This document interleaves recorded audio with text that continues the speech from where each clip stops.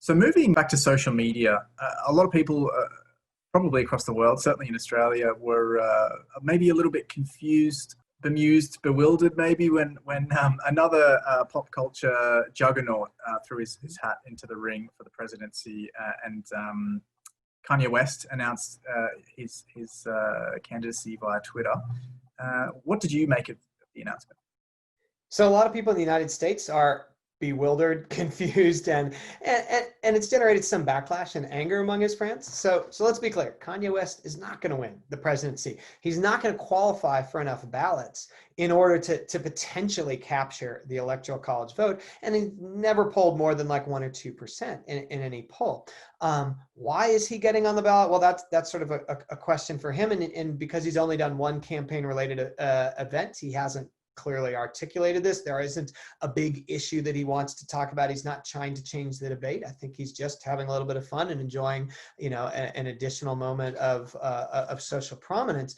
But there's a lot of concern that he could in some ways be a spoiler. So many of the states where he's trying to get on the ballot are swing states, and his push to get on the ballot has been aided by Republican operatives. So no direct links, to be clear, to the Trump campaign. Donald Trump has not talked to him, and there's no evidence of that. But there are lots of Republicans who are happy to help him out. And then there are lots of these crazy cases where you have people. So there's a lawsuit just filed in Virginia where one of the electors who was put up as a Kanye West elector, should he capture the electoral votes from Virginia, said, "This was a fraud. I had no idea I was doing this." So people are disowning his candidacy, and including some of the people who have signed petitions to get it on the ballot. The real question is, does it generate any buzz? If we have a nail-bitingly close election, even a candidate who gets 1 or 0.5% of the vote could be a spoiler. And so there is a potential role that Kanye West, who's visited the president in the White House, could throw support in the election to him. I mean, as I guess an icon with quite a diverse fan base, do you think that there's just as much of a chance that he could siphon votes away from Donald Trump? I think it's really hard to tell. So the last time we had a big major independent candidate, Ross Perot, he captured a lot of the vote, but equally siphoned from the Republican and Democratic candidates at the time. And so it actually didn't switch the overall outcome. With Kanye West, he's got more white fans, I would guess, than African-American, than black fans at this time. But where everyone is on the ideological spectrum, hard to tell. And it's only going to be a small subset of his fan base, which is massive, that's actually going to cast an electoral vote for him, because that's clearly a way to throw away your vote and not pick between any of the candidates who have a real shot. So, I mean, as it stands, he's on the ballot in at least 11 states. He could be on the ballot in an additional 6 states, but he hasn't filed, he's missed deadlines, or was denied in the remaining 33 states plus DC. At this stage, I mean, in your opinion, how much of an effect do you think he could have going forward?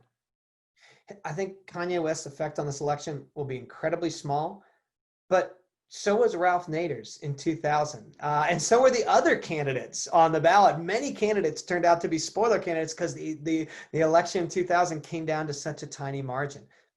Looking at the present polling trends, we don't seem to be headed towards a nail-bitingly close election, but people were looking at the polling trends in 2016. People were much more confident in Hillary Clinton's candidacy than many of us should have been. So you never know what'll happen in a very close election night.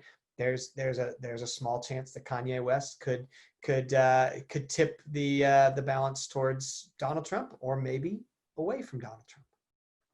So just finally, do you think that social media clout will continue to be a powerful force in US politics? Absolutely, because social media is now both a campaign tool, but it's also just another way to speak to people by avoiding the traditional media. So what we saw in 2016 and what we've seen again this year is it allows an outsider candidate to avoid the filter. It allows Donald Trump to say whatever he wants. directly to people, and allows his opponents to scream right back at him through social media. And you don't have to see who's going to get that guest slot on CNN or on the Sunday morning talk shows. So once that genie is out of the bottle and has been put to such good use and effective use by a leader like it has with Donald Trump, other candidates are going to emulate that strategy, and the traditional media can never have a stranglehold on campaign messaging and information again. Professor Thad Kousser, thanks so much for talking to me this morning. Thanks so much, Alex. Great to reconnect.